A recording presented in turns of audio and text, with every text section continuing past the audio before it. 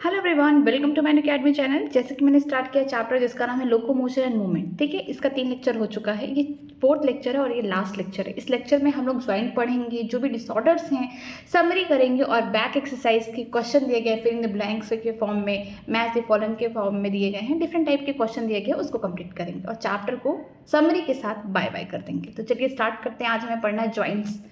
Joints का मतलब होता क्या है? जोड़। ठीक है, दो चीज़ को जोड़ के रखना। ठीक है, अगर एक हड्डी दूसरी हड्डी से जुड़ा हुआ है तो वहाँ पे कोई ज्वाइंट होगा।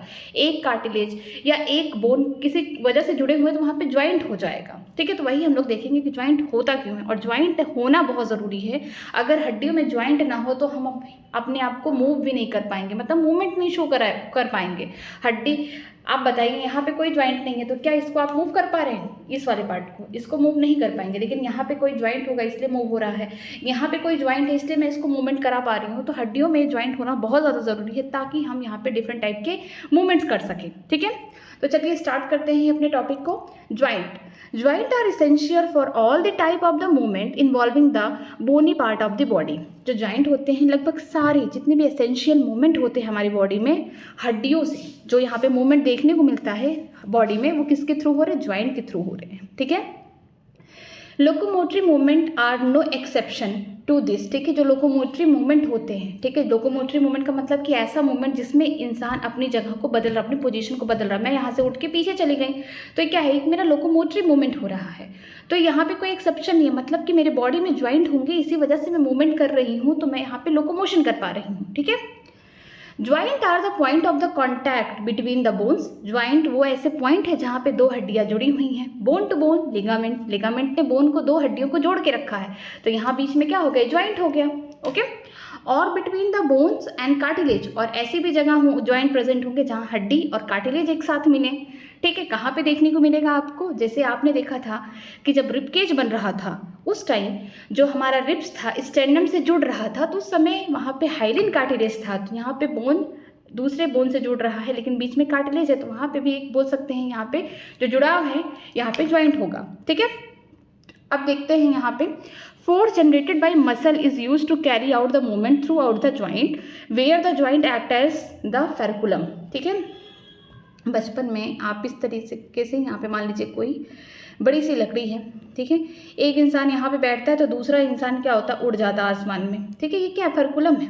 तो ज्वाइंट में क्या है कि किसी चीज़ को उठाने में, रखने में मदद करता है। तो हम ये बोल सकते हैं कि जो हमारा ज्वाइंट है, ठीक है, जो हमारा ज्वाइंट है, ये फोर्स इस तरीके से हमारे मसल जनरेट कर रहे हैं जिसकी वजह से हम किसी भी मूवमेंट को कैरी कर पा रहे हैं। किसके थ्रू कर पा रहे हैं? ज्वाइंट के थ्रू कर पा रहे हैं। और हमारा ज्वाइंट किस तरीके से काम कर रहा है? एक फेरकुलम की तरह काम कर रहा है। समझ में आया? ठीक है, यहाँ पे ज्वाइंट। अब देखते हैं द मोबिलिटी और at this joint very depending on the different factor. Different type की मोबिलिटी होगी, डिफरेंट टाइप के मूवमेंट होंगे ज्वाइंट के थ्रू। अब देखिए डिफरेंट फैक्टर होंगे। Joint have been classified into 3 major structural form, namely fibrous, cartilaginous and synovial joint। ठीक है, यहाँ पे बोला गया है कि ज्वाइंट को क्लासीफाई किया गया है 3 मेजर स्ट्रक्चरल फॉर्म में। ठीक है, यहाँ पे स्ट्रक्चर कैटेगरी है 3। एक तो फाइब्रस ज्वाइंट होगा, दूसरा कार्टिलेजिनस ज्वाइंट होगा, तीसरा होगा सिनोवियल ज्वाइंट। सबसे इंपॉर्टेंट है, क्वेश्चन बार बार पूछे गए वहाँ से। ठीक है, ज्वाइंट टॉपिक ही इंपॉर्टेंट है। चलिए देखते हैं फाइब्रस ज्वाइंट। नाम से लग रहा है फाइब्रस से, मतलब ढेर सारे फाइबर से यहाँ पे जुड़ाव होगा। तो देखिए फाइब्रस ज्वाइंट में होता क्या है कि मूवमेंट ही नहीं होता है। कार्टिलेजिनस में थोड़ा बहुत मूवमेंट होगा, लिमिटेड होगा। सबसे ज़्यादा मूवमेंट किस में देखने को मिलेगा? सिनोवियल ज्वाइंट में देखने को मिलेगा। ठीक है, अब देखते हैं fibrous joint do not allow any movement. ठीक है, ऐसा ज्वाइंट जहाँ पे एक भी बार मूवमेंट नहीं हो रहा है। This type of the joint is shown in the flat skull bone which fuse end to end with the help of dense fibrous connective tissue in the form of the structure to form the cranium। ठीक है, जो हमारा school है, खोपड़ा है, तो यहाँ पे different हड्डियाँ हैं। मैं यहाँ पे स्ट्रक्चर में दिखाती हूँ। यहाँ पे देखिए हमारी खोपड़ी थी, यहाँ पे देखिए ये था पेराइटल बोन था, यहाँ पे टेम्पोरल बोन था।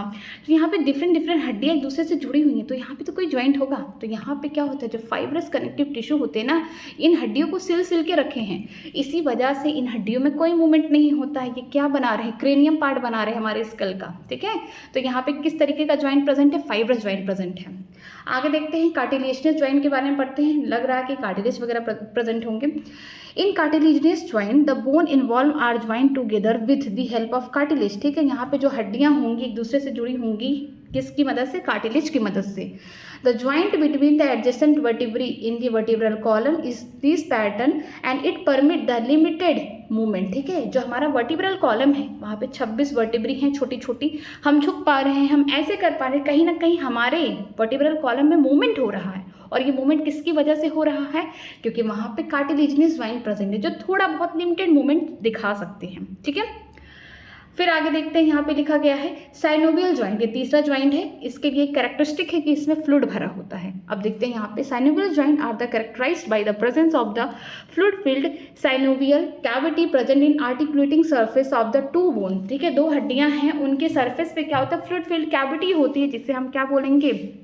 साइनोवियल ज्वाइंट बनाएगा। ठीक है, such an arrangement allow the considerable movement. ठीक है, लगभग ये ज़्यादा मूवमेंट करता है। इन तीनों ज्वाइंट से सबसे ज़्यादा मूवमेंट कौन कराता है? साइनोवियल ज्वाइंट कराता है। ठीक है, this joint help in locomotion, ये ज्वाइंट क्या कराता है? हेल्प कराता है लोकोमोशन में। ठीक है, एंड मेनी अदर मूवमेंट, और भी डिफरेंट टाइप के जो मूवमेंट होते हैं बॉडी में उनमें भी हेल्प कराता है। अब सबसे इंपॉर्टेंट, ये पूरा ग्रेडल क्या है? पेक्टोरल ग्रेडल है। यहाँ से मेरा ह्यूमरस निकला, मैं अपने हाथ को रोटेट कर पा रही हूँ। क्या हो रहा है? बॉल एंड सॉकेट ज्वाइंट, यहाँ पे कोई ऐसा ज्वाइंट है जिससे मेरे हाथ में क्या हो रहा है? रोटेशन हो रहा है। मैं अपने हैंड का जो ह्यूमरस है उसको घुमा पा रही हूँ अपने पेक्टोरल ग्रेडल के चारों तरफ। तो ये क्या हो गया? Ball and socket joint. और ये सेम ज्वाइंट, यही सेम ज्वाइंट कहाँ प्रेजेंट होगा? जो हमारा पैर है, मैं सो के अपने पैर को भी इस तरीके से रोटेट कर सकती हूँ। ठीक है, तो वहाँ पे भी ये प्रेजेंट होगा, बॉल एंड सॉकेट ज्वाइंट। ठीक, फिर बात करते हैं हिंज ज्वाइंट। हिंज का मतलब क्या होता है कि अगर हम किसी दरवाजे को इस तरीके से खोल रहे हैं तो ये जो मूवमेंट हुआ है दिस इज हिंज ज्वाइंट। अब हिंज ज्वाइंट कहाँ होगा? हाथ से दरवाजा खोलते हैं तो जो जहाँ पे हमारा ये बोल सकते हैं जो एल्बो वाला पार्ट है ये भी हिंज ज्वाइंट करेगा। इसके अलावा हिंज ज्वाइंट कौन करेगा? जो हमारा नी है, हमारा जो घुटना है वो भी क्या करता है? हिंज ज्वाइंट करता है। ठीक है, एक ही डायरेक्शन, जैसे हम दरवाजे को खोलते हैं एक डायरेक्शन में, इस तरीके को कहते हैं हिंज ज्वाइंट। इसके अलावा जो हमारी ये अंगुलियां हैं, अंगुलियां मतलब हमारे जो डिजिट्स हैं, ठीक है, जो हमारे फेरेंजियल्स हैं, इनमें भी क्या होता है? देखिए ये हिंज ज्वाइंट है, बस एक ही डायरेक्शन में हम इसको इस तरीके से खींच सकते हैं। तो यहाँ पे क्या प्रेजेंट होगा? हिंज ज्वाइंट प्रेजेंट होगा। तो आप यहाँ पे लिख सकते हैं एल्बो, एक सेकेंड, यहाँ पे लिख सकते हैं, यहाँ पे कहाँ प्रेजेंट होगा? यहाँ पे होगा एल्बो। इसके अलावा कहाँ प्रेजेंट होगा? हमारे जो ये जो फेरिंग्स है, ठीक है, यहाँ पे जो हमारे फेरिंग्स है इसमें भी प्रेजेंट होगा, फेरिंजेस में। ठीक है, अब बात करते हैं pivoted joint between the atlas and axis. ठीक है, मैं उस दिन गलत बोल दी थी, यहाँ पे मैं एक्सिस ही लिखी थी बट मैं एक्सियल कर दी। एक सेकेंड में इसको रफ करके सही करती हूँ। कहाँ? ये रहा, ये वाला पार्ट में कि जो एक्सिस है वो सेकेंड वर्टिब्री है, तो इसको आप इसको सही करके पहले यहाँ पे एक्सियल की जगह एक्सिस करिए। ठीक है, ये एक्सिस है, ये सेकेंड वर्टिब्री है। ठीक है, जो पहला वर्टिब्री है उसका नाम क्या है? एटलस है। जो सेकेंड वर्टिब्री है उसे बोलते हैं एक्सिस। इनके बीच में भी क्या होगा? मूवमेंट होगा। वो कैसा होगा? पाइवोट, इसको बोलते हैं पिवोटेड मूवमेंट। ठीक है, यहाँ पे ज्वाइंट प्रेजेंट है। आगे देखते हैं, आगे क्या दिखा गया है कि जो हमारे कार्पल है, हमारे जो रिस्ट है, बोन है, ये भी हम इस तरीके से घुमा रहे हैं, एक्सरसाइज कर रहे हैं सपोज करो, तो हम क्या कर रहे हैं? यहाँ पे ग्रिडिंग, यहाँ पे क्या हो रहा है? ग्लिडिंग हो रहा है। तो इसे हम क्या बोलते हैं? इस यहाँ पे किस टाइप का ज्वाइंट है? यहाँ पे बोल सकते हैं ग्लिडिंग ज्वाइंट प्रेजेंट है। कहाँ पे? हमारे कार्पल पे। इसके अलावा जो हमारा कार्पल है, ये हमारा कार्पल है और ये मेटाकार्पल है। सारे मेटाकार्पल नहीं, हमारा कार्पल और मेटाकार्पल और हमारा थंब, इनके बीच में भी हम कह सकते हैं कि मूवमेंट हो रहा है। ये जो मूवमेंट हो पा रहा है थंब का मेटाकार्पल और हमारे कार्पल के बीच में, इसे हम क्या बोलते हैं? यहाँ पे सैंडल ज्वाइंट प्रेजेंट होता है। कहाँ पे? हमारे carpal and metacarpal of thumb. ठीक है, ये सम एग्जांपल है किसका? साइनोवियल ज्वाइंट का। तो बहुत इंपॉर्टेंट है, आप पीवाईक्यू देखेंगे तो बहुत सारे क्वेश्चन यहीं से आए हैं। ठीक है, हम लोग ज्वाइंट पढ़ चुके हैं, अब डिसऑर्डर की तरफ चलते हैं। कुछ यहाँ पे मस्कुलर डिसऑर्डर दिए गए हैं और स्केलेटल सिस्टम में डिसऑर्डर दिए गए हैं। देखते हैं disorder of the muscular and skeletal system. जैसे कि बात किया गया है एमजी के बारे में, मिस मैस्थेनिया ग्रेविस के बारे में बोला गया है। Autoimmune disorder affecting the neuromuscular junction leading to fatigue, weakening and paralysis of the skeletal muscle. होता क्या है कि पहले से हम जानते हैं कि जो हमारा सीएनएस से इंफॉर्मेशन लेके आ रहा है मोटर न्यूरॉन, उसके पास छोटे छोटे यहाँ पे बोल सकते हैं सिनेप्टिक वेसिकल, इसके अंदर क्या है? हमारा न्यूरोट्रांसमीटर है। और जब यहाँ से कैल्शियम गेटेड ओपन होंगे, कैल्शियम अंदर जाएंगे, तो यहाँ पे क्या होगा? ये जो सिनेप्टिक वेसिकल है ये क्या हो जाएंगी? ब्लास्ट हो जाएंगे और जिसकी वजह से हमारा जो न्यूरोट्रांसमीटर कौन है, एसिटाइलकोलिन की आएगा। कहाँ आएगा? यहाँ है हमारी मसल के ऊपर ये देखिए रिसेप्टर है। किसके रिसेप्टर है? हमारे एसिटाइलकोलिन के। तभी जाके कॉन्ट्रैक्शन होगा। जनरली ऐसा होना था, लेकिन होता क्या है बहुत बार कि हमारी बॉडी खुद अपने सेल को ही सोचता है कि दुश्मन है। ठीक है, हमारी बॉडी खुद अपने सेल को सोचता है कि ये एंटीजन है, बाहर से आया, उसके अगेंस्ट क्या बना देता है? एंटीबॉडी बना देता है। उसके अगेंस्ट क्या बना देता है? एंटीबॉडीज बना देता है। और यही एंटीबॉडी क्या करते हैं, जो मसल है, ठीक है, यहाँ पे ये कौन जंक्शन है? NMJ है, मीन्स न्यूरोमस्कुलर जंक्शन है। यहाँ पे जो रिसेप्टर होंगे इनको क्या कर देगा? ब्लॉक कर देगा, जिसकी वजह से जो यहाँ पे न्यूरोट्रांसमीटर एसिटाइलकोलिन है वो बाइंड नहीं कर पाएंगे अपने रिसेप्टर से और कॉन्ट्रैक्शन नहीं हो पाएगा। तो इसी कंडीशन को हम बोलते हैं मस्थेनिया ग्रेविस। ठीक है, ऑटोइम्यून डिसऑर्डर है। शरीर को लगता है कि हमारे बॉडी का ये सेल नहीं है, बाहर से आया है, तो उसको ही क्या करने लगता है? उसके अगेंस्ट एंटीबॉडी बना के उसके रिसेप्टर को खत्म करने लगता है, जिसकी वजह से जो हमारा एसिटाइलकोलिन है वो तो अपने रिसेप्टर से बाइंड नहीं करेगा। जब रिसेप्टर से बाइंड नहीं करेगा तो अपना इन्फॉर्मेशन जो CNS से इन्फॉर्मेशन आया है मोटर न्यूरॉन के थ्रू, अब आगे मसल कॉन्ट्रैक्शन के लिए जा नहीं पाएगा। तो उस कंडीशन में क्या होगा? बहुत ज़्यादा थकावट होगी, वीकनिंग होगा और पैरालिसिस हो जाएगा। स्केलेटल मसल काम ही नहीं करेगा उस एरिया का, उसमें क्या हो जाएगा? पैरालिसिस हो जाएगा। ठीक है, अब दूसरा डिसऑर्डर है जिसका नाम है मस्कुलर डिस्ट्रॉफी। मस्कुलर डिस्ट्रॉफी जो है एक जेनेटिक डिसऑर्डर है और इसमें क्या होता है? एक डिस्ट्रॉफिन नाम का, मैं यहाँ पे लिखती हूँ, यहाँ पे डिस्ट्रॉफिन नाम का एक जीन है। ठीक है, डिस्ट्रॉफिन नाम की जो जीन है ना, ये क्या होती है? अफेक्टेड हो जाती हैं, ये अफेक्टेड हो जाती हैं, गेट अफेक्टेड, जिसकी वजह से क्या होता है कि जो डिस्ट्रॉफिन प्रोटीन है, जो डिस्ट्रॉफिन प्रोटीन है ना, वो बन नहीं पाते। और डिस्ट्रॉफिन प्रोटीन खुद नॉट फॉर्म या सिंथेसिस, ये बन नहीं पाती और जिसकी वजह से जो हमारे स्केलेटन मसल हैं, जो हमारा स्केलेटन मसल है, उनको skeleton muscle does not gate nourishment. ठीक है, उनको नरिशमेंट नहीं मिल पाता, उनको न्यूट्रिशन नहीं मिल पाता, उनको नरिशमेंट नहीं मिल पाता। ठीक है, होता क्या है? मस्कुलर डिस्ट्रॉफी अलग है ये। ठीक है, मस्थेनिया ग्रेविस अलग था और मस्कुलर डिस्ट्रॉफी अलग है। ये क्या है? जेनेटिक डिसऑर्डर है। ठीक है, जीन में प्रॉब्लम हो जाता है, जो डिस्ट्रॉफिन जीन है वो अफेक्टेड हो जाती है, जो एक प्रोटीन बनाता था, जिसकी वजह से जो स्केलेटन मसल थे उनको क्या होता था? नरिशमेंट मिलता था। अब वो जीन बनना बंद हो गया, अब जीन नहीं बन रहा, इसका मतलब वो जो प्रोटीन था वो नहीं बन पाया, जिसकी वजह से जो हमारे स्केलेटन मसल है उनको न्यूट्रिशन नहीं मिल पा रहा। तो अब धीरे धीरे वो क्या होंगे? डीजेनरेट होने लगेंगे, खत्म होने लगेंगे। ठीक है, तो बस इसकी वजह से क्या होगा? उस इंसान का जो स्केलेटन मसल है खत्म होता जाएगा और एक दिन उस इंसान की मौत हो जाएगी यहाँ पे। तो हम बोल सकते हैं मस्कुलर डिस्ट्रॉफी में क्या होता है? Progressive degradation of the skeleton muscle mostly. यहाँ पे क्या होता है कि जो स्केलेटन मसल है धीरे धीरे गलने लगते हैं या खत्म होने लगते हैं। और ये मोस्टली क्यों होता है? जेनेटिक डिसऑर्डर है। बस टेंडेनी की बात करते हैं, यहाँ पे रैपिड स्पैम हो रहा है, वाइल्ड कॉन्स्ट्रक्ट, यहाँ पे contraction in muscle due to the low calcium ion in the body fluid. अभी हम लोग आगे वाले चैप्टर में पढ़ेंगे जो एक्स्ट्रा सेलुलर फ्लूइड है, सेल के बाहर जो फ्लूइड है उसमें कैल्शियम अगर कम हो जाएगा तो यहाँ पे क्या होगा? सोडियम पोटेंशियम पंप ओपन है, जिसकी वजह से सोडियम अंदर जा रहा है, कॉन्ट्रैक्शन हो रहा है। अगर यहाँ पे कैल्शियम लो हो गया तो जिसकी वजह से क्या होगा? कॉन्ट्रैक्शन ज़्यादा होगा, जिसकी वजह से टेटनी हो जाएगा। इसीलिए कैल्शियम का अमाउंट हमें मेंटेन करके रखना पड़ता है। ठीक है, आगे देखते हैं। अब ज्वाइंट में देखिए प्रॉब्लम है। अब ज्वाइंट में प्रॉब्लम है जैसे कि एथराइटिस, इन्फ्लामेशन इन ज्वाइंट। इन्फ्लामेशन शब्द का मतलब होता है स्वेलिंग। ठीक है, जहाँ पे बोल सकते हैं यहाँ पे स्वेलिंग हो गई। ठीक, इसके अलावा स्वेलिंग के अलावा हम बोल सकते हैं कि रेडनेस हो जाएगा, ये रेडनेस हो गया।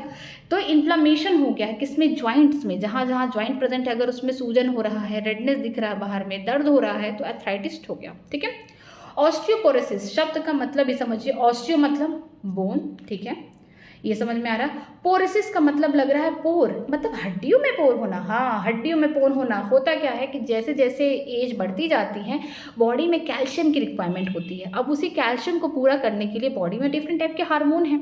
बात करते हैं फीमेल में, तो फीमेल का जिस तरीके से उम्र बढ़ता जाता है एक समय बाद एस्ट्रोजन का लेवल कम हो जाता है। जब एस्ट्रोजन का लेवल कम हो जाता है तो बॉडी में क्या होते हैं कि जो हड्डियाँ हैं ना उनके ऊपर से धीरे धीरे करके वो हड्डियाँ क्या होती है? गलने लगती है। हम बोल सकते हैं जो कैल्शियम का डिपोजिशन, हड्डी किससे बनी हुई है? कैल्शियम के सॉल्ट से बनी हुई है।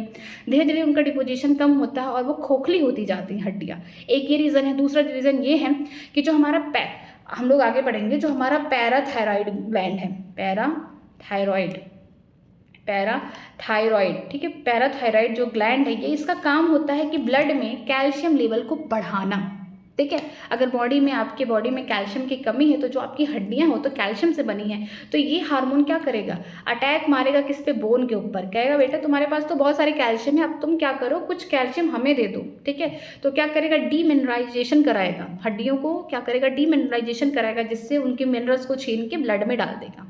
इसकी वजह से भी क्या होता है कि जो हड्डियां हैं उनका वेट कम हो जाएगा, वो खोखली हो जाएंगी। तो इसमें यही होता है कि age related disorder characterized by the decrease in bone mass and increase the chance of fracture, कि यहाँ पे क्या होगा, समय के साथ साथ उम्र बढ़ेगी तो मतलब बॉडी में ढेर सारी दिक्कतें होंगी। अब दिक्कतें कैसी होंगी, अगर बोन में क्या हो रहा है, छोटे छोटे पोर्स बन रहे हैं, ऑस्टियोपोरोसिस हो रहा है, उस कंडीशन में क्या होगा कि जो बोन का मास है वो कम हो जाएगा, और जब बोन का मास कम हो जाएगा, इंसान थोड़ा सा गिर गया या एक्सीडेंट हो गया, ठीक है, थोड़ा सा ही, तो क्या हो जाएगा, उस समय उसका बोन फ्रैक्चर हो जाएगा। ठीक है, decrease in the level of the oestrogen is common cause. Female में क्या होता है कि जब वो 50 की एज में आ जाती हैं, हार्मोन वगैरह कम हो जाते हैं बॉडी में, एस्ट्रोजन वगैरह, इसकी वजह से भी क्या होता है कि उनका जो बोन का मास है वो भी क्या होता है, कम होता है। दूसरा रीज़न ये भी हो सकता है, अगर आपका जो पैराथायराइड ग्लैंड है, अगर आपके ब्लड में कैल्शियम की कमी है तो वो क्या करेगा, बोन से खींच खींच के कैल्शियम ब्लड में लाएगा। ठीक है, आगे देखते हैं। आगे दिया गया है gout, inflammation of the joint due to the accumulation of uric acid crystal. Gout में क्या होता है, इसको गठिया भी बोलते हैं हिंदी में, कि इन्फ्लेमेशन हो रहा है ज्वाइंट्स में, ठीक है, सूजन हो रहा है, रेडनेस आ रहा है, स्वेलिंग हो रहा है, वहाँ पे इकट्ठा हो रहा है क्या, यूरिक एसिड के क्रिस्टल। यूरिक एसिड के क्रिस्टल कैसे बनते हैं, जब कोई इंसान खूब प्रोटीन खा रहा है, बॉडी में उसकी रिक्वायरमेंट उतनी ज़्यादा नहीं है, लेकिन कहीं ना कहीं वो प्रोटीन बदल जाएंगे यूरिक एसिड में, और ये यूरिक एसिड कहाँ जमा होंगे, दो ज्वाइंट के बीच में। मान लीजिए ये मेरा हाथ है, ईजिली मूव कर रहा है, अगर यहाँ पे यूरिक एसिड जम जाए तो अब ये इतना ईजिली यहाँ पे मूव कर पाएगा, नहीं कर पाएगा, तो यहाँ पे क्या होगा, पेन होगा और रगड़ाव आएगा। ठीक है, तो ये भी बहुत डेंजर है। ओके, चैप्टर पूरा एंड हो चुका है, चलिए समरी देख लेते हैं फटाफट। समरी में क्या दिया गया है कि मैं समरी को बस यहाँ ऐसे ही बढ़ा रही हूँ, नॉर्मल। ठीक है, movement is essential feature of the all living being. कोई इंसान जिंदा है, मूवमेंट कर रहा है, मैं आपको ब्लिंक कर रही हूँ, मतलब मैं जिंदा हूँ, ब्लिंक की, मैं ऐसे ऐसे जॉ घुमा रही हूँ, मैं जिंदा हूँ, that is the movement, it is the characteristic feature of the living beings. Okay, protoplasmic streaming हो गया, सिलरी मूवमेंट हो गया, movement of the fins, limbs, wings etcetera are the some form of the excreted by animal. ठीक है, जो protoplasmic streaming हो रही है किसमें, अमीबा में हो रही है। अमीबा क्या करता है, एक सीरोपोडिया मूवमेंट करता है, ठीक है, उसका फॉल्स फीट होता है, कैप्चर करता है अपने प्रे को, किसी भी तरीके का मूवमेंट करता है। इसके अलावा हम बात करते हैं सिलरी मूवमेंट, जो हमारा ट्रैकिया है उसमें छोटे छोटे सीलिया होते हैं, या पैरामीसियम की बात करते हैं, उसकी बॉडी पे हजारों सीलिया होते हैं, जो उसमें मूवमेंट तो कराते हैं, खाने को अंदर कराते हैं, किससे, साइटोफेरिंग से खाने को अंदर कराते हैं, इसके अलावा लोकोमोशन कराते हैं। और सीलिया हमारे ट्रैकिया में प्रेजेंट है, वो क्या करता है, म्यूकस को एक डायरेक्शन मूव कराता है। जो फैलोपियन ट्यूब में सीलिया प्रेजेंट है वो क्या करते हैं, वो ओवा जो है सेकेंडरी ओसाइड, उसको आगे की तरफ मूव कराते हैं। ठीक है, मछलियां क्या करती हैं, फिन से मूवमेंट कर रही हैं, लोकोमोशन कर रही हैं, हम अपने हाथ पैर से, लिम्फ से कर रहे हैं, जो बर्ड्स है वो विंग से कर रही हैं। ये डिफरेंट टाइप के एनिमल का अलग अलग स्ट्रक्चर है जिससे वो मूवमेंट शो कर रहा है। और ये भी बोला गया definition, all movements are not locomotion but all locomotion are movement. Okay, A voluntary movement which causes the animal to change its place is called the locomotion। एक voluntary movement, एक मनचाहा मूवमेंट जिससे इंसान अपनी जगह या कोई भी ऑर्गेनिज्म अपनी जगह को बदल रहा है, ऐसा मूवमेंट करके उसे हम क्या बोलेंगे, लोकोमोशन कहेंगे। Animal move generally in a search of food, shelter, mate, breeding ground, better climate or to protect themselves। ठीक है, इंसान या कोई भी एनिमल क्यों यहाँ पे मूवमेंट कर रहा है, क्यों लोकोमोशन कर रहा है, इसलिए कर रहा है ताकि उसे खाने की तलाश उसकी पूरी हो जाए, उसे भोजन मिल सके, उसको रहने का जगह मिल जाए, या फिर अपने पार्टनर के साथ पॉपुलेशन को मतलब बढ़ाएं। ठीक है, ब्रीडिंग ग्राउंड ढूंढे कि उसको कहाँ रहना है। अगर बात करते हैं बेटर क्लाइमेट, अगर कहीं बारिश हो रही है तो वहाँ तो नहीं रह सकता, कुछ ऐसे क्लाइमेट में रहे जहाँ पे सारी चीज़ें अच्छी हों, और प्रोटेक्ट करता है खुद को कहाँ, इनिमीज से बचाने के, दुश्मन से, प्रीडेटर से बचाने के लिए, शिकारियों से भी। ठीक है, the cell of the human body exhibit the amoeboid, ciliary and the muscular movement. जो ह्यूमन है उसकी बॉडी में डिफरेंट टाइप के सेल प्रेजेंट होते हैं, बिलियंस ऑफ सेल होते हैं, लेकिन यहाँ पे 3 टाइप के ही मूवमेंट देखने को मिलते हैं। पहला अमीबॉइड मूवमेंट, जैसे अमीबा मूवमेंट कर रहा था उसी तरीके से हमारी बॉडी के सेल भी मूवमेंट करते हैं। कौन से सेल करते हैं, यही भी बोल रही हूँ, मैक्रोफेज और ल्यूकोसाइड मीन्स WBC। ठीक है, इसके अलावा हम बात करते हैं सिलरी मूवमेंट, जो सीलिया जो पैरामीशियम में था हजारों सीलिया, उसी तरीके से हमारे बॉडी में ट्रैकिया में प्रेजेंट है सीलिया। इसके अलावा हमारे फैलोपियन ट्यूब में प्रेजेंट है। अगर हम बात करते हैं फ्लैजिला, फ्लैजिला किसमें प्रेजेंट है, यूग्लिना में प्रेजेंट है, यहाँ पे मूवमेंट हो रहा है, फ्लैजिला प्रेजेंट है। ये प्रेजेंट होता है स्पॉन्जेस के अंदर, जो उसका स्पॉन्जियल कैविटी है वहाँ प्रेजेंट है, ठीक है। अगर मस्कुलर मूवमेंट की बात करते हैं तो हम लिम्स के थ्रू अपने बॉडी में क्या करते हैं, मूवमेंट शो करते हैं। Locomotion and many other movement require the coordinated muscular activity. अगर किसी भी ऑर्गेनिज्म को लोकोमोशन करना है तो उसको क्या करना है, skeleton system, muscular system and neural system, तीनों को एक साथ मिलाकर ही तभी जाके उसके कोऑर्डिनेटेड बेस से ही मूवमेंट करना। मुझे उठना है, सपोज करिए मुझे खड़ी होनी है यहीं पे, तो मुझे क्या करना पड़ेगा, ज़मीन पे पैर रखना पड़ेगा। अब ज़मीन पे पैर तभी रखा जाएगा जब मेरी बॉडी खुद स्टेबल होगी। स्टेबिलिटी किससे आएगी, स्केलेटन सिस्टम से आएगी। मेरे मसल भी सपोर्ट करेंगे और साथ में मेरा एक न्यूरल कोऑर्डिनेशन होगा, तो इसकी वजह से क्या होगा, एक लोकोमोशन के लिए तीनों चीज़ें बहुत ज़रूरी हैं। 3 type of muscle are present in our body, 3 type के हमारे बॉडी में बोल सकते हैं मसल प्रेजेंट है, उनकी लोकेशन भी दिए गए हैं। जैसे कि हम बात करते हैं skeleton muscle are attach to the skeleton element. जो हमारे स्केलेटन मसल होते हैं ये हमारे स्केलेटन सिस्टम से जुड़े होते हैं।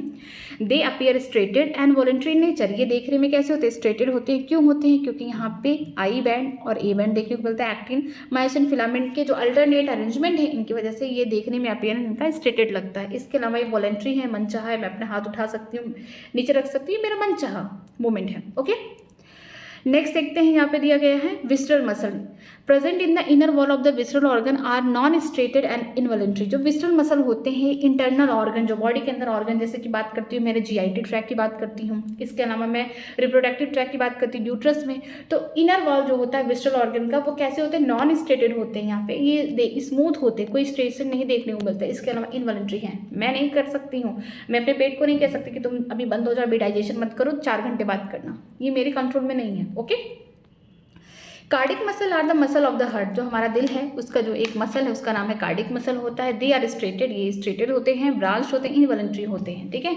ये भी कैसे होते हैं, स्ट्रेटेड होते हैं, ब्रांच होते हैं, इनवॉलंटरी। मैं इससे नहीं कह सकती तुम धड़कना बंद कर दो, ये अपने आप काम करेगा, ठीक है।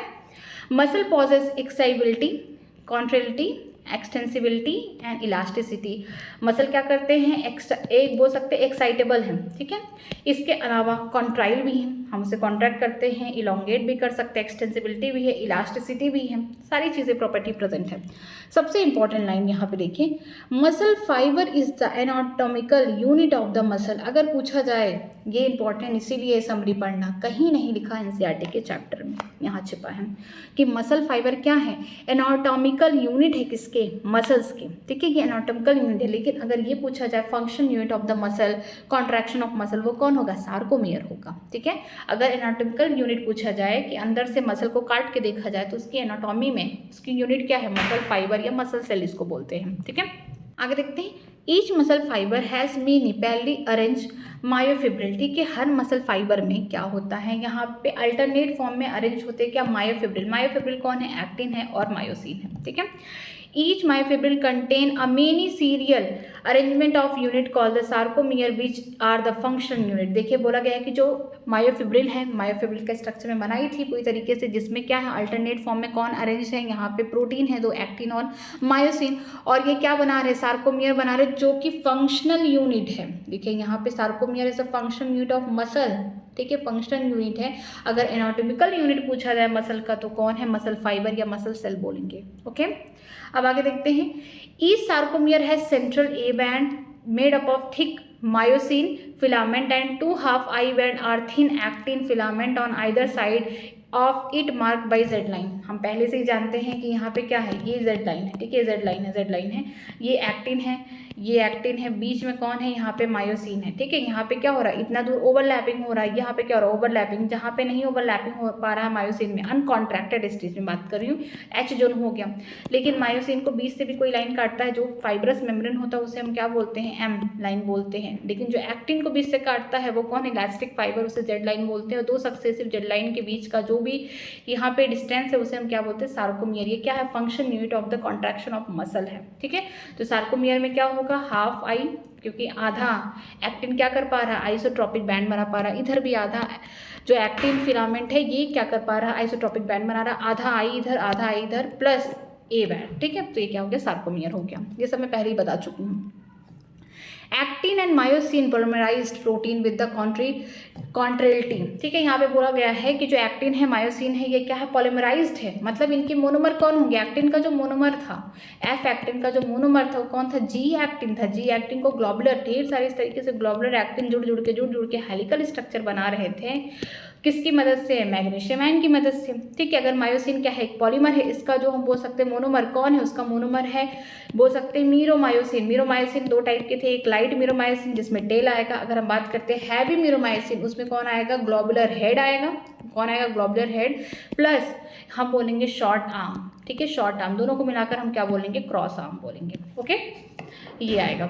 अब आगे देखते हैं, यहाँ पे लिखा गया है the active site for the myosin on the resting of active filament are masked by the protein troponin. ठीक है, जो एक्टिव साइट होगा मायोसिन का, मीन्स जो बाइंडिंग साइट होगा किसका, मायोसिन का, एक्टिन फिलामेंट पे, उसको किसने ढक के रखा, ट्रोपोपोनिन ने मास्क लगा के रखा है। Myosin head contain the ATPs and the ATP binding site and active site for the actin. ठीक है, हम जानते हैं जो मायोसिन का सर है इस तरीके से, यहाँ पे जो सर है, यहाँ पे देखिए इस तरीके से स्ट्रक्चर है, यहाँ पे ये जो सर है इसके पास क्या है, एक तो एक्टिन बाइंडिंग साइट है, दूसरा क्या है यहाँ पे एटीपेज एंजाइम या फिर बोल सकते हैं एटीपी बाइंडिंग यहाँ पे साइट प्रेजेंट होंगे, कहाँ पे, मायोसिन के हेड पर। ठीक है, आगे देखते हैं। अब मसल का कॉन्ट्रैक्शन कैसे होता है, a motor neuron carry a signal to the muscle fibre which generate an action potential to it. ठीक है, अगर मुझे कोई स्टिमुलस दिया या फिर मुझे अपने हाथ को इस तरीके से कॉन्ट्रैक्ट करना है, अभी कॉन्ट्रैक्शन हो रहा है, तो इस कंडीशन में क्या होगा कि मुझे यहाँ से सिग्नल भेजना पड़ेगा सीएनएस के पास, तो सिग्नल कौन लेके जाएगा, सेंसरी न्यूरॉन लेके जाएगा। ठीक है, अब वहाँ से सिग्नल मेरे सीएनएस से सिग्नल लेके आएगा उस ऑर्गन के पास, कौन, मोटर न्यूरॉन। ठीक है, तो यहाँ पे जो सिग्नल होगा वो मोटर न्यूरॉन लेके आएगा कहाँ, मसल फाइबर के पास, ताकि एक्शन पोटेंशियल जनरेट किया जाए, कॉन्ट्रैक्शन किया जाए। This causes the release of the calcium ion from the sarcoplasmic reticulum. ठीक है, क्या होता है कि ये है मोटर न्यूरॉन, ठीक है, इनमें क्या है, ढेर सारे सिनेप्टिक वेसल्स हैं, यहाँ से कैल्शियम आया, ठीक है, कैल्शियम गेटेड ओपन, कैल्शियम आया, यहाँ पे जो सिनेप्टिक वेसाइकल हैं ये फट गए, इसमें क्या है, न्यूरोट्रांसमीटर, न्यूरोट्रांसमीटर कौन होगा, एसिटाइल कोलिन होगा, कौन होगा, एसिटाइल कोलिन है। ये इधर हमारा कौन है, मसल फाइबर है, उसके सार्कोलेमा पे यहाँ पे रिसेप्टर प्रेजेंट है। ठीक है, अब ये जो एसिटाइल कोलिन अपने रिसेप्टर से बाइंड करेगा, ये जंक्शन क्या होगा, एनएमजे, न्यूरोमस्कुलर जंक्शन या फिर मोटर एंड प्लेट इसको बोलेंगे। एक न्यूरॉन एक मसल के बीच में क्या ही जंक्शन होगा, न्यूरोमस्कुलर जंक्शन। ओके, तो यहाँ से जो भी रहेगा इन्फॉर्मेशन लेके आएगा कौन, न्यूरोट्रांसमीटर, इसे बोलेंगे एसिटाइल कोलिन। कहाँ आएगा, ये जो रिसेप्टर है इनके ऊपर लेके आएगा। अब ये रिसेप्टर क्या कहेंगे कि अब मसल तुम्हारे पास जो तुम्हारे साइटोप्लाज्म है, मीन्स जो तुम्हारे यहाँ पे जो साइटोप्लाज्म है उसके अंदर क्या है, साइक्लोप्लाज्मिक रेटिकुलम है, उससे कहो कि जो कैल्शियम भर भर के रखा वो अपना कैल्शियम रिलीज करे। अब यही कैल्शियम जाके बाहर जो ट्रोपोनिन है, ठीक है, ट्रोपोनिन है, उससे क्या करेगा, बाइंड करेगा, जिसकी वजह से क्या होगा, ग्लोबुलर का मैं एक स्ट्रक्चर बना रही हूँ, पहले अनकॉन्ट्रैक्टेड स्टेज में इस टाइप का ग्लोबुलर था। ठीक है, ये जी यहाँ पे जी एक्टिन में लिख सकती हैं, ग्लोबुलर एक्टिन। ठीक है, यहाँ पे क्या है, ये हो गया ट्रोपोमायोसिन, ये हो गया ट्रोपिन। ठीक है, इस फॉर्म में था, लेकिन जैसे ही कैल्शियम यहाँ पे बाइंड किया, अब क्या होगा, जो जी एक्टिन है, मैं एक ही बता रही हूँ, जो जी एक्टिन है इस तरीके, ये बाइंडिंग साइट है किसके लिए, मायोसिन के लिए, तो यहाँ पे क्या होगा, खिसक जाएगा, ट्रोपोमायोसिन खिसका, और यहाँ पे जो ट्रोपोपोनिन है ये भी खिसक जाएंगे, ताकि जो बाइंडिंग साइट अभी कवर करके रखे थे ये लोग, अब ये खोल दिए, ताकि अब जाके जो मायोसिन का हेड है यहाँ पे बाइंड कर जाए। ठीक है, इसलिए कॉन्ट्रैक्शन हो पाएगा। आगे देखते हैं, calcium activate the actin, calcium ने किसको एक्टिवेट किया है, एक्टिन फिलामेंट को, which bind with the myosin head to form the cross bridge. ठीक है, जिसकी वजह से हेड से बाइंड हो जाए कौन, जो एक्टिन का फिलामेंट है, जिसकी वजह से क्रॉस ब्रिज बन पाए। अब क्रॉस ब्रिज बन गया, मान लीजिए एक्टिन है और ये कौन है मेरा, ये हाथ का ये जो मुट्ठी है ये क्या हो गया, मायोसिन का हेड है, तो इसके ऊपर अगर इस तरह से क्रॉस हो गया, अब स्लाइडिंग हो रहा है, इस तरीके से स्लाइडिंग हो रहा है, उस कंडीशन में हेड थोड़ा थोड़ा रोटेट करेगा, लेकिन स्लाइडिंग कौन कर रहा है, इसके ऊपर एक्टिंग कर रहा है। ठीक है, आगे देखते हैं, यहाँ पे लिखा गया है, this cross bridge pull the actin filament causing them to slide over the myosin filament and thereby causing the यहाँ पे कॉन्ट्रैक्शन। क्या होता है, जो क्रॉस ब्रिज बन जाता है तो एक्टिन के फिलामेंट को मायोसिन अंदर की तरफ खींचता है, जिसकी वजह से जो एक्टिन का फिलामेंट है मायोसिन के हेड पे स्लाइड करता है, और मायोसिन का हेड भी थोड़ा बहुत रोटेट करता है। ये हो गया कॉन्ट्रैक्शन। अब कॉन्ट्रैक्शन के टाइम क्या होता है, जब कॉन्ट्रैक्शन होता है तो जो आई बैंड होता है वो रिड्यूस हो जाता है, ए बैंड तो कॉन्स्टेंट है। ठीक है, ये नहीं होता है, एच जोन क्या होता है, डिक्रीज हो जाएगा, और मैक्सिमम कॉन्ट्रैक्शन में आई बैंड भी एकदम गायब हो जाएगा, एच बैंड भी क्या हो जाएगा, गायब हो जाएगा, एम लाइन क्या हो जाएगी, गायब हो जाएगी। ठीक है, जेड लाइन भी डिक्रीज हो जाएगी। आगे देखते हैं, Calcium are then returned to the sarcoplasmic reticulum which inactivate the actin. The cross bridge are broken and the muscle relaxed. जब कॉन्ट्रैक्शन खत्म होता है उस समय क्या होता है, जो कैल्शियम निकला हुआ है दोबारा से अब वापस कहाँ चला जाता है, अपने घर में कौन, सैक्रोप्लाज्मिक रेक्टिकुलम में वापस चला जाता है, जिसकी वजह से अब क्या होगा, ट्रोपोपोनिन के पास कोई कैल्शियम नहीं है बाइंड करने के लिए। तो अब क्या किया जाएगा, अब ट्रोपोपोनिन कहेगा नहीं नहीं नहीं, अब बहुत हो चुका कॉन्ट्रैक्शन, ठीक है, यहाँ पे बहुत हो चुका कॉन्ट्रैक्शन, अब आएगा फिर से दोबारा से, यहाँ पे हम बोल सकते हैं जो एफ एक्टिन है उसका एक यूनिट है जी एक्टिन, उसके ऊपर क्या करेगा, फिर से मास्किंग कर देगा। इसका मास्किंग करेगा, जो मायोसिन का बाइंडिंग साइट है उसको मास्क कर देगा, ठीक है, ताकि अब मसल रिलैक्स स्टेट में हो जाए, अब कॉन्ट्रैक्शन नहीं, ठीक है। तो ये जो कैल्शियम दोबारा से पहले तो गया ट्रोपोपोनिन के साथ बाइंड किया, उसने क्या किया, यहाँ पे मैं एक इस तरीके से एक्टिन का फिलामेंट बना रही हूँ, तो एक मैं ग्लोबुलर में बता रही हूँ कि उसने क्या किया, इस तरीके का स्ट्रक्चर था, उसने क्या किया कि इस तरीके से इनको थोड़ा सा साइड में कर दिया, कैल्शियम आके बाइंड करके ट्रोपोपोनिन से, जिसके लिए साइड हो गया, अब ये खुल गया है, ये बाइंडिंग साइट है किसके लिए, मायोसिन के लिए। लेकिन अब रिलैक्सेशन स्टेज आ गया, कॉन्ट्रैक्शन खत्म, इसमें क्या होगा, ये जो कैल्शियम है अब ये भाग जाएगा, कहाँ भागेगा, जो साइड जो सार्कोप्लाज्मिक रेक्टिकुलम है उसके पास, वहाँ जाएगा। तो अब ट्रोपोनिन के पास कोई नहीं है, अभी ट्रोपोनिन कहेगा बहुत हो चुका, अब क्या करेगा वो, आगे चल के इस तरीके से हम बोल सकते हैं ये ट्रोपोमायोसिन है, ये क्या करेगा, फिर से मास्किंग लगा देगा किससे, बाइंडिंग साइट ऑफ मायोसिन के, फिर रिलैक्सेशन स्टेज आ जाएगा, ठीक है। आगे देखते हैं, repeated stimulation of the muscle led to fatigue, अगर बार बार कॉन्ट्रैक्शन हो रहा है, बार बार हो रहा है तो क्या हो जाएगा, फटीग, थकावट आ जाएगा, ठीक है। Muscle are classified as the red and white fibre based primary on the amount of the red colour myoglobin present in them, ठीक है। हम पहले से जानते हैं कि मसल के फाइबर दो टाइप के हैं, एक रेड है दूसरा वाइट है, देखने में लाल दूसरा सफ़ेद, क्यों, किसके बिहाफ पे, क्योंकि अमाउंट ऑफ रेड कलर जो मायोग्लोबिन है वो किस में प्रेजेंट है, रेड वाले फाइबर में ज़्यादा है। मायोग्लोबिन का काम क्या होता है, ऑक्सीजन को क्या करते हैं, ये कैरी करते हैं, ये ऑक्सीजन को पकड़ के रखते हैं, ठीक है। तो ये रेड वाले जो फाइबर होते हैं वो लाल इसलिए दिखते हैं क्योंकि उनके पास मायोग्लोबिन ज़्यादा है, वाइट वाले के पास कम है। जो सैक्रोप्लाज्मिक रेटिकुलम की बात करते हैं, वाइट वाले के पास ज़्यादा, इसके पास कम है। माइटोकॉन्ड्रिया किसके पास ज़्यादा होगा, रेड वाले के पास होगा, वाइट वाले के पास कम होगा। अगर एरोबिक रिस्पिरेशन की बात करते हैं, जिसके पास माइटोकॉन्ड्रिया उसके पास क्या होगा, एरोबिक प्रोसेस चलेगा, और जिनके पास माइटोकॉन्ड्रिया नहीं उनके पास क्या होगा, एनारोबिक प्रोसेस चलेगा, जहाँ पे लैक्टिक एसिड वगैरह बनेगा। अगर हम बात करते हैं जिसके पास ऑक्सीजन भर भर के पड़े हैं, वहाँ पे क्या होगा, धीरे धीरे बोल सकते हैं स्लोली काम होगा, बट ज़्यादा टाइम तक होगा, ड्यूरेशन ज़्यादा होगा। रेड फाइबर क्या करेगा, धीरे धीरे काम करेगा, बट स्लोली होगा, बिना थके, ये फटीग नहीं करेगा। लेकिन वाइट फाइबर में क्या होगा, जल्दी से क्विकली रिस्पॉन्स देगा, जल्दी से काम करेगा और थक जाएगा, और इसके बाद क्या होगा, इसका ड्यूरेशन भी बहुत शॉर्ट होगा, ठीक है। आगे देखते हैं, बोन्स एंड कार्टिलेज, जो बोन और कार्टिलेज है are the constitute of our skeleton system, हमारे स्केलेटन सिस्टम में हड्डियां और कार्टिलेज होना बहुत ज़रूरी है। The skeleton system is divided into axial appendicular, ठीक है। जो हम बात करते हैं स्केलेटन सिस्टम में एक्सियल एपेंडिकुलर होता है, एक्सियल मतलब जो एक्सिस पे आएंगे। अब एक्सिस में कौन आएगा, मेरा ये खोपड़ी, ठीक है, जो क्रेनियल हो गया, फेशियल बोन हो गया, ये स्कल का पार्ट हो गया, स्टर्नम हो गया, रिब्स हो गया, वर्टिब्रल कॉलम हो गया, ठीक है, ये सब किसके पार्ट होंगे, एक्सियल के, ठीक है। इसमें 80 हड्डियां होती हैं। याद रखिएगा जो हायोइड बोन है, यू शेप का जो बोन है वो स्कल का पार्ट नहीं बट एक्सियल स्केलेटन का पार्ट है, ठीक है। इसके अलावा ईयर ऑसिकल, ईयर ऑसिकल में हम जानते हैं, मिस से याद करिए, मिस से मैलस हो गया, दोनों कानों में प्रेजेंट है 2, इनेस्कस हो गया, और स्टेप सबसे छोटी हड्डी है, ये भी 2 होगा दोनों कानों में, तीसरा, ओके। अब बात करते हैं एपेंडिकुलर। एपेंडिकुलर क्या करता है, ये करता है कि जो हमारे पैक्टोरल यहाँ पे ग्रेडिल है और ये हमारे जो 4 लिम्ब है, इनको जोड़ के किसके साथ रखता है, एक्सियल स्केलेटन के साथ। जो हमारा पेल्विक ग्रेडिल है वो क्या करता है, हमारे हाइंड बोन को किसके साथ जोड़ के रखता है, वो रखता है एक्सियल स्केलेटन से, ठीक है। तो ये 126 होते हैं। आगे बढ़ते हैं, skull, vertebral column, rib, sternum constitute the axial skeleton, ठीक है। स्कल में कौन आएगा, क्रेनियल आएगा, हमारी खोपड़ी, जिसमें 8 बोन होते हैं, हमारे फेसियल में 14 बोन होंगे चेहरे में। बात करते हैं वर्टिब्रल कॉलम में, यहाँ पे 26 बोन होंगे। अगर रिब्स की बात करते हो तो यहाँ पे 24 बोन्स होंगे, ठीक है, फ्लैट बोन है, बट 12 पेयर होंगे। स्टार्टिंग के 1 से लेकर 7 पेयर क्या होते हैं, ट्रू रिब्स होते हैं। क्यों, क्योंकि वो डॉट्सली जुड़े होते हैं किससे, वर्टिब्रल कॉलम से। अगर हम बात करते हैं वेंट्रल स्टर्नम से जुड़े होते हैं, ठीक है। अगर हम बात करते हैं 3 पेयर ऐसे हैं जो कि कौन है, 8, 9, 10, इन्हें हम फॉल्स रिब कहते हैं, इसलिए क्योंकि डॉट्सली जुड़े हुए हैं किससे, वर्टिब्रल कॉलम से, लेकिन वेंट्रली स्टर्नम से ना जुड़ के वो 7th पेयर ऑफ जो रिब्स है उनसे जुड़ जाते हैं। और लास्ट के 2 पेयर जो 11th और 12th वाले, उन्हें क्या बोलते हैं, फ्लोटिंग रिब बोलते हैं, क्योंकि डॉट्सली वो वर्टिब्रल कॉलम से जुड़े हुए, लेकिन वेंट्रली वो किसी से नहीं जुड़े हुए हैं, ठीक है। अगर स्टर्नम की बात करते हैं, इसे हम ब्रेस्ट बोन कहते हैं, फ्लैट बोन होता है, सिंगल होता है, ठीक है। ये सब किसको दिखा रहे हैं, ये दिखा रहे हैं एक्सियल स्केलेटन को।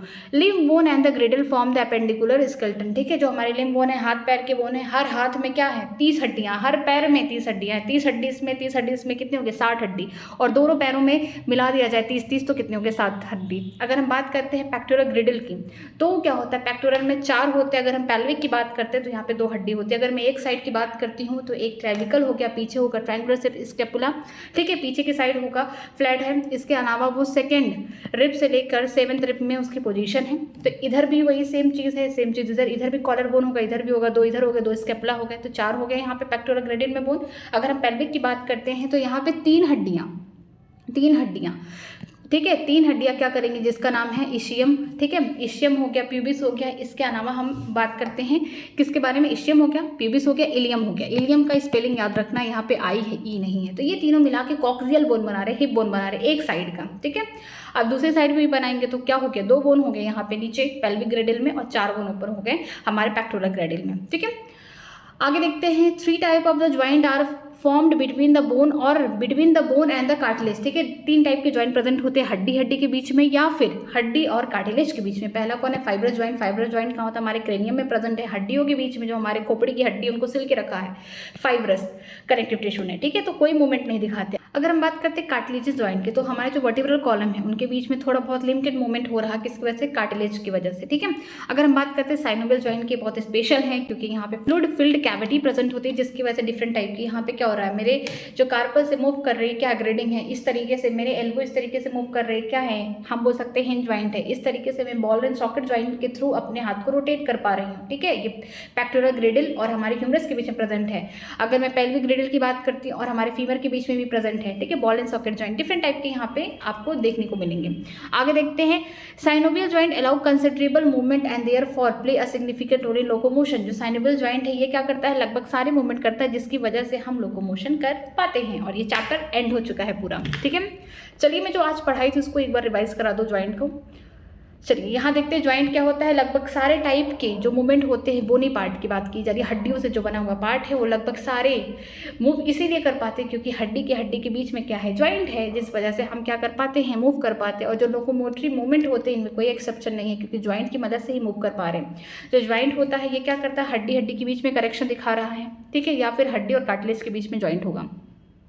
हम किसी मसल से थोड़ा फोर्स लगा रहे हैं तो जो मूवमेंट हो रहा है ये किसके थ्रू होगा, हमारे ज्वाइंट के थ्रू होगा। तो हमारा ज्वाइंट क्या कर रहा है, फर्कुलम के तरह काम कर रहा है, ठीक है। जो मोबिलिटी होती है डिफरेंट टाइप की वजह से, ये ज्वाइंट की वजह से होती है। अगर हम बात करते हैं ज्वाइंट को क्लासीफाई किया गया स्ट्रक्चर के आधार पर 3, फाइब्रस हो गया, कार्टिलेजिनस हो गया और साइनोवियल हो गया, ठीक है। फाइब्रस ज्वाइंट की बात करते हैं, ये कोई मूवमेंट नहीं दिखाता है। इसकी सबसे खास बात ये है कि ये क्या करता है, जो हमारे क्रेनियल बोन है उनको जोड़ के रखता है, किसकी मदद से, जो फाइब्रस कनेक्टिव टिश्यू है, डेंस फाइब्रस कनेक्टिव टिश्यू है, उनसे जोड़ के रखता है, ठीक है। ये क्रेनियम बनाता है।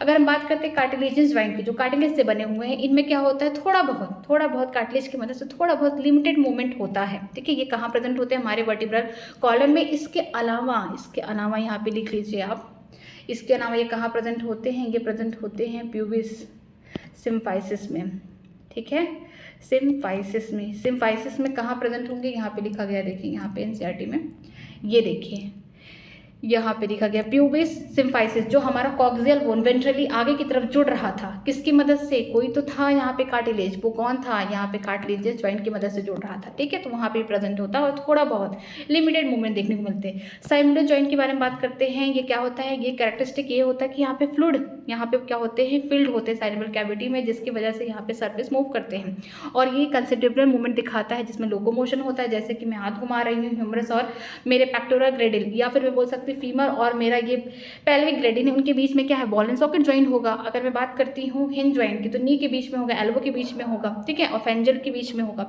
पिवेटेड ज्वाइंट जो होता है एटलस एंड एक्सिस के बीच में, जो पहला वर्टिब्री है उसका नाम एटलस है, जो सेकंड वर्टिब्री है उसका नाम एक्सिस है, उनके बीच में क्या होता है, पाइवेटेड ज्वाइंट होता है। फिर बात करती हूँ कार्पल के बीच में क्या हो रहा है, ग्लेडिंग ज्वाइंट हो रहा है। इसके अलावा जो कार्पल है और मेटाकार्पल ऑफ थंब, ठीक है, ये carpal and metacarpal of thumb, carpal and metacarpal of thumb, इनके बीच में जो मूवमेंट होगा वो क्या होगा, उसे हम क्या बोलते हैं, सैंडल ज्वाइंट, ठीक है। डिसऑर्डर दिए गए हैं। कुछ मस्कुलर और कुछ जॉइंट में बीमारियां हैं, जैसे कि हम बात करते हैं मैस्थेनिया ग्रेविस जो ऑटो इम्यून डिसऑर्डर है। ठीक है, हमारी बॉडी को लगता है कि मेरे खुद के सेल ही क्या है, मेरे दुश्मन हो चुके हैं, वो क्या करता है एंटीबॉडी बना लेता है। इसका मेन ये डरता किससे, इसका मेन इफेक्ट देखने को मिलता है न्यूरोमस्कुलर जंक्शन में। ठीक है, यहाँ पे क्या होता था पहले कि जो भी हमारा मोटर न्यूरॉन सीएनएस से कोई इंफॉर्मेशन लेके आ रहा है तो किसके थ्रू दे रहा था, यहाँ पे न्यूरोमस्कुलर जंक्शन में, यहाँ पे बोल सकते हैं एसिटाइल कोलिन या न्यूरो ट्रांसमीटर के थ्रू दे रहा था। लेकिन उसके रिसेप्टर कहाँ प्रेजेंट थे, मसल के फाइबर में। लेकिन बॉडी को लगता है कि ये तो हमारे बॉडी का है ही नहीं ये सेल, तो क्या करता है वो एंटीबॉडी बनाता है और जो रिसेप्टर है ना उसको खत्म करता है, जिसकी वजह से जो न्यूरो ट्रांसमीटर जो एसिटाइल कोलिन है उनके रिसेप्टर ही नहीं प्रेजेंट होंगे तो आगे वो बाइंड ही नहीं करेंगे, आगे कॉन्ट्रैक्शन नहीं हो पाएगा। तो इस कंडीशन में क्या होता है कि जो न्यूरोमस्कुलर जंक्शन है उस वो ही अफेक्टेड हो जाता है, जिसकी वजह से हमारे शरीर में जिसको प्रॉब्लम होती है उसके शरीर में क्या होगा, थकान होगा, वीकनिंग आएगी, पैरालिसिस हो जाएगा, वो काम ही नहीं करेगा वो हिस्सा। ठीक है, मस्कुलर डिस्ट्रॉफी की बात करते हैं, प्रोग्रेसिव डिग्रेडेशन होगा, धीरे धीरे स्केलेटल मसल खत्म होते जाएंगे। और जेनेटिक डिसऑर्डर ऐसा क्यों होता है, क्योंकि बॉडी में डिस्ट्रोफिन जीन जो होता है अफेक्ट हो जाता है, जो आगे चल के प्रोटीन बनाता था और ये स्केलेटल मसल को नरिशमेंट प्रोवाइड करता था, वो नहीं रहता। ठीक है, टेंडनी की बात करते हैं कि कैल्शियम की कमी हो जाती है कहाँ पे, जो एक्सटर्नल फ्लूइड है वहाँ पे कमी हो जाती है, जिसकी वजह से सोडियम पोटेशियम पंप ओपन हो जाते हैं, वहाँ पे वाइल्ड कॉन्ट्रैक्शन हो रहा है, लगातार कॉन्ट्रैक्शन हो रहा है और यहाँ पे टेटनी हो रहा है। अर्थराइटिस की बात करते हैं, इन्फ्लामेशन हो रहा है ज्वाइंट में, जहाँ पे ज्वाइंट्स है, बोन और बोन के बीच में भी ज्वाइंट है। ठीक है, बोन और कोई कार्टिलेज है यहाँ पे, उनके बीच में भी ज्वाइंट है, तो यहाँ पे क्या हो जाए, अगर स्वेलिंग आ जाए, ठीक है, अगर रेडनेस आ जाए तो ज्वाइंट में क्या होगा, पेन होगा, तो क्या हो गया, अर्थराइटिस हो गया। ऑस्टियोपोरोसिस की बात करते हैं कि बोन में क्या होगा, छोटे छोटे पोर्स बन जाएंगे, एज रिलेटेड डिसऑर्डर है, इसमें क्या होता है बोन का जो मास होता है वो कम होता जाएगा।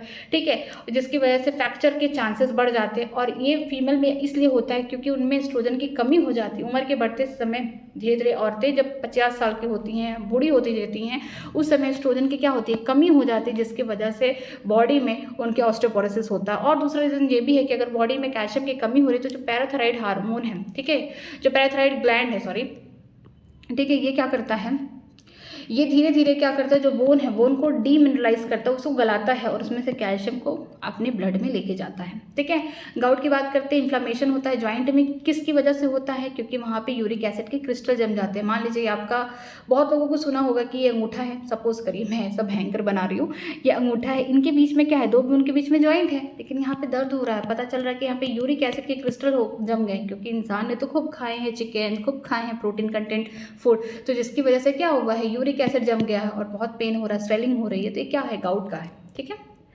चैप्टर पूरा खत्म हो चुका है समरी के साथ। चलिए क्वेश्चन करते हैं। क्वेश्चन में यहाँ पे देखिए कई टाइप के क्वेश्चन है, ट्रू और फॉल्स कराऊंगी मैं, मैच द फॉलोइंग कराऊंगी, इसके अलावा मैं यहाँ पे ज्वाइन बताऊंगी and fill in the blanks करके चैप्टर को बाय करूंगी। ठीक है, तो चलिए क्वेश्चन करते हैं। बोला गया है क्वेश्चन में, ट्रू राइट अ ट्रू और false, if false the change the statement so that it is true. बोला गया कि ट्रू और फॉल्स बताइए, अगर स्टेटमेंट गलत है तो उसको सही करके भी दिखाइए। ठीक है, actin is the thin filament, true, बिल्कुल सही बात है। H zone of the stated muscle present in both thick and thin filament, नहीं, फॉल्स है। जो एच जोन होते हैं ये प्रेजेंट होते हैं only in thick filament, only in thick filament. Thick filament कौन था हमारा, मैं यहाँ पे इस तरीके से लिखती हूँ, इन थिक फिलामेंट जिसका नाम था मायो, एक सेकेंड, यहाँ पे देखते हैं, इसको फिर से मैं रख करके बता रही हूँ। यहाँ पे बोला गया है कि जो एच जोन है वो क्या, दोनों ही थिक फिलामेंट और थिन फिलामेंट में, थिक फिलामेंट कौन है हमारा, मायोसिन है, और जो थिन फिलामेंट है एक्टिन है, तो क्या दोनों में होंगे, नहीं, जो एच जोन होंगे वो किस में होंगे, ओनली इन थिक फिलामेंट में होंगे। थिक फिलामेंट कौन है हमारा, मैं यहाँ पे लिखती हूँ मायोसिन। ठीक है, यहाँ प्रेजेंट होंगे वेयर एक्टिन फिलामेंट, जहाँ पे एक्टिन फिलामेंट ओवरलैप नहीं किया है myosin, where actin filament does not overlap with thick filament, मतलब मायोसिन के फिलामेंट के साथ। ठीक है, वहाँ पे उसने ओवरलैपिंग नहीं किया है, तो वो जोन क्या हो गया, एच जोन हो गया। अब बात करते हैं ह्यूमन स्केलेटन सिस्टम के बारे में बात करते हैं। जो ह्यूमन स्केलेटन सिस्टम है एडल्ट के बारे में बात करें, 206 हड्डियाँ, बिल्कुल सही है। There are 11 pair of the ribs in the male, false, नहीं भाई 12 पेयर है, मैं यहाँ पे लिख देती हूँ सही करके, 12 पेयर्स यहाँ पे लिख लीजिए, नॉर्मली 12 पेयर्स। ठीक है, 3 पेयर क्या होंगे, फॉल्स होंगे। कौन से फॉल्स पेयर होंगी, 8, 9, 10। ओके, अगर बात करते हैं स्टार्टिंग की जो 7 पेयर होंगे वो ट्रू होंगे और लास्ट के 2 पेयर 11 12 वो कैसे होंगे, फ्लोटिंग रिब्स होंगे। ठीक है। Sternum is present on the ventral side of the body. हाँ, स्टर्नम एक फ्लैट बोन है, ब्रेस्ट बोन भी कहते हो, सिंगल भी है, और कहाँ है, वेंट्रल साइड में। ट्रू। आगे देखते हैं स्मूथ मसल। स्मूथ मसल के बारे में बात करते हैं, ये कैसे होते हैं, इनवॉलेंट्री होते हैं।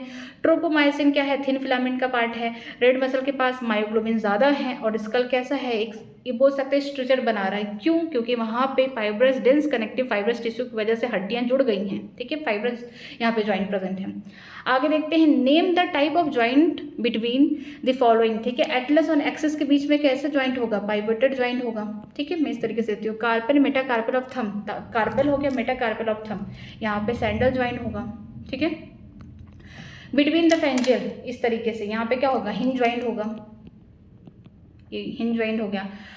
यहाँ पे लिखा गया है फीमर एंड एस्टाबुलम, जो मेरे हड्डी हैं, यहाँ की बात करते हैं पेल्विक रीजन की, वहाँ पे हम बात करते हैं फीमर और एस्टाबुलम में, यहाँ पे हम बोल सकते हैं ball and socket joint, ball and socket joint. ठीक है, बॉल एंड सॉकेट ज्वाइंट। बात करते हैं बिटवीन द क्रेनियल बोन, यहाँ पे कोई मूवमेंट हो रहा नहीं भाई, फाइब्रस ज्वाइंट है, यहाँ पे सीधे लिखिए फाइब्रस ज्वाइंट। ठीक है, बिटवीन द लिखा गया है प्यूबिक बोन इन दी पेल्विक ग्रेडिंग, जो पेल्विक ग्रेडिंग में जो प्यूबिस बोन है, यहाँ पे क्या था, प्यूबिस सिम्फेसिस बन रहा था, वो कैसा था, कार्टिलिजिनियस ज्वाइंट था, कार्टिलिजिनियस ज्वाइंट। ठीक है, अब हो गया यहाँ पे एटलस और एक्सिस के बीच में पिवोटेड ज्वाइंट हो गया। ठीक है, और कार्पल मेटाकार्पल ऑफ थंब, इनमें सैंडल ज्वाइंट हो गया। अगर हमारे फेंजिस की बात करते हैं, हिंज ज्वाइंट हो गया। अगर फीमर और एस्टाबुलम की बात करते हैं, ball and socket joint, femur हो गया हमारा थाई बोन। और बात करते हैं एस्टाबुलम, उनके बीच में क्या हो रहा है, रोटेशन हो रहा है। अगर मैं बात करते हैं पेक्टोरल ग्रेडिल, यहाँ पे था और हमारा यहाँ पे कौन था, ह्यूमरस था, तो यहाँ पे भी बॉल एंड सॉकेट ज्वाइंट था।